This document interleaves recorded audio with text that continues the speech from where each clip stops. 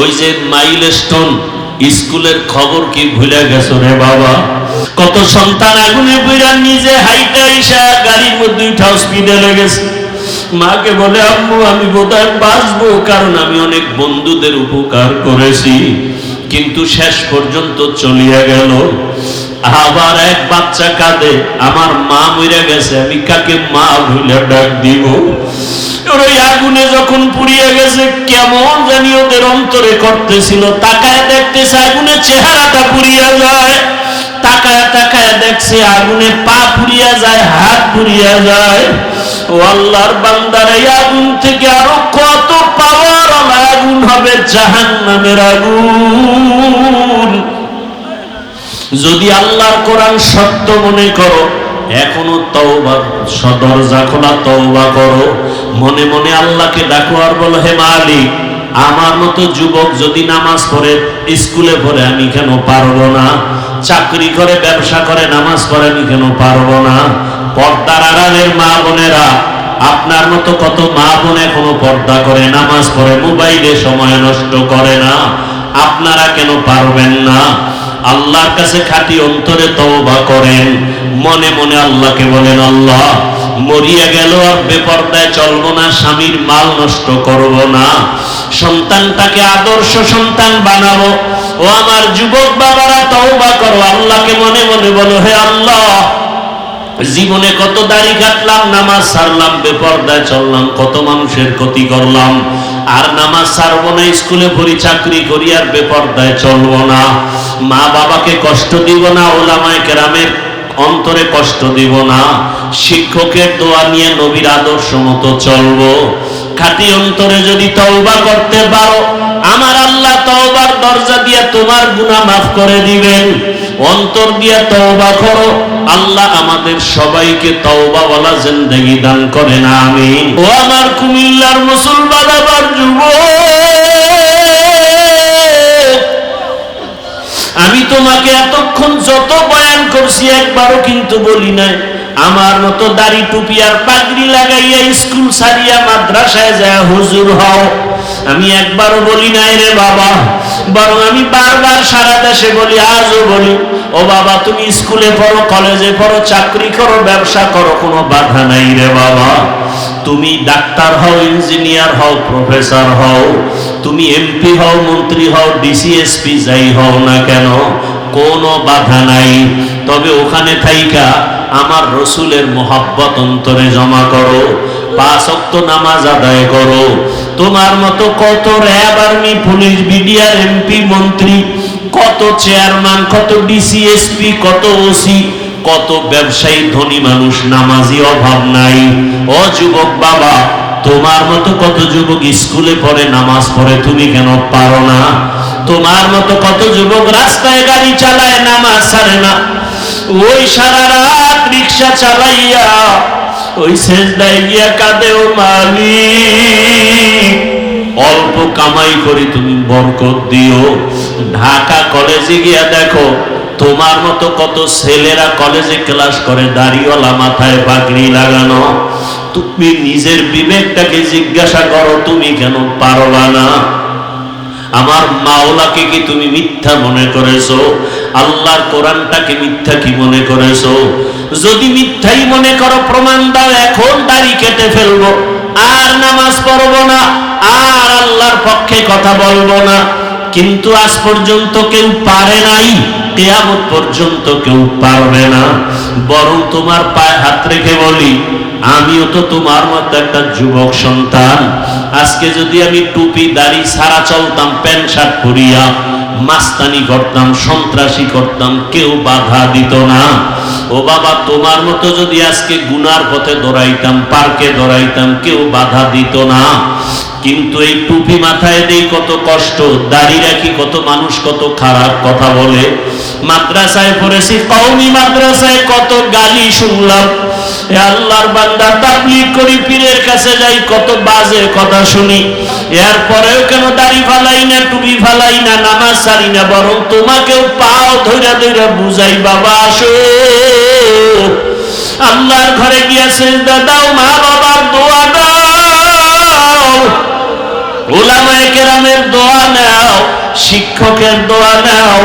কেন রে বাবা? একমাত্র কারণ আমার মাওলার কোরআন সত্য, আমার আল্লাহর কোরআনে যা বলা আছে তাও সত্য। ইন্নাল আবরারা লাফি নাঈম ওয়া ইন্নাল ফুজ্জারা লাফি জাহিম। নেক আমলওয়ালারা জান্নাতের পথিক, গুনাহ যারা করবে তারা জাহান্নামের পথিক।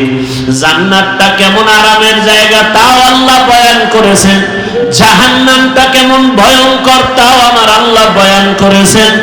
চিন্তা ভাবনা করে দেখলাম দুনিয়াতে সূর্যের গরম সহ্য করতে পারি না, ফ্যানের বাতাস এসি চলে তারপরও ঘুমাইতে পারি না, গরম আর গরম। একটা মশায় কামড় দিলে রাতে আর ঘুম হয় না। গুনাহগারের জন্য যে আযাবের কথা আমার আল্লাহ বলেছেন, ওরে ওয়াকুদুহান নাসু ওয়াল হিজারা, ওরে গুনাহ নিয়ে যারা কবরে যাবে, কবরে হাসরে জাহান্নামের আগুন, ওই জাহান্নামের আগুন এত ভয়ঙ্কর, শরীরের যে কোনো জায়গায় লাগা মাত্র কলিজা পর্যন্ত গুনাহ হয়ে যাবে। রহমতের নবী আম্মা জান আয়েশা বলেন, দেখি আমার রুমের মধ্যে বয়া বয়া নবী কান্না করে। আমি আয়েশা ভয় পেয়ে গেলাম, আমার কোনো বেয়াদবির কারণে নবী কষ্ট পাইলেন নাকি। আমি নবীর কাছে গিয়ে আস্তে ফেরা প্রশ্ন করলাম, ইয়া রাসূলুল্লাহ আপনি কাঁদেন কেন? আমার কোনো বেয়াদবি হয়ে গেছে নাকি? আম্মাজানকে নবী বলেন, আয়েশা কি বেয়াদবি হবে? আম্মাজান বলেন, ইয়া রাসূলুল্লাহ আমার বয়স কম, অজান্তে না জানি আবার কোনো ব্যবহারে কষ্ট পেয়েছেন। কয় না না, তো আপনি কাঁদেন কেন? বলে, রে আয়েশা, আরে আমার হঠাৎ করিয়া দুইটা জিনিসের কথা মনে পড়ে গেল, আমি চোখের পানি আর ধরে রাখতে পারি না রে আয়েশা। একটা হলো আমার জীবনে একটা দুঃখের সময় ছিল, আমার বংশের লোকেরা এত অত্যাচার করত, আমারে পানি পর্যন্ত দিত না, আমাকে 3 বছর পর্যন্ত শিয়াবে আবু তালিবে গৃহবন্দী করে রাখছে, খানা দেয় না, আমি গাছের পাতা চাবায় চাবায় খেয়ে পেটের ক্ষুধা নিবারণ করেছি। ওই সময় আমার আপন ছিল খাদিজা, ওই খাদিজা যখন চলিয়ে গেছে আমি ওর কথা সহ্য করতে পারি না, মনে আসলে চোখের পানি পড়ে। আর আমার হঠাৎ করে চোখের পানি হাসরের ময়দানের হালাত, হাসরের ময়দানটা এত কঠিন। আম্মা জান বলেন, কেমন কঠিন হবে? নবী বলেন, আয়েশা কিয়ামতের ময়দানে সবাই উলঙ্গ দাঁড়াবে, নারী পুরুষ সব উলঙ্গ। হাসরের ময়দানটা বড় ভয়ঙ্কর হবে। জাহান্নামের আওয়াজ, সূর্যের গরমে জমিনটা তামা হয়ে যাবে। জাহান্নামের চিৎকারে হাসরের ময়দানটা থরথর করে কেঁপে উঠবে। আমার আল্লাহ রাগ হয়ে আওয়াজ দিবেন, লিমানিল মুলকুল ইয়াউম। আল্লাহ পাকের কুদরতি আওয়াজে হাসরের ময়দানটা কেঁপে উঠবে। নবীরা পর্যন্ত কান্না শুরু করবেন নিজেদের ফিকিরে। এমন এক অবস্থা হবে, উম্মতেরা পাগলের মতো হয়ে দাঁড়াবে, কোন নবী সুপারিশ করবে না। এক পর্যায়ে তারা আমি মুহাম্মদের তালাশ করবে,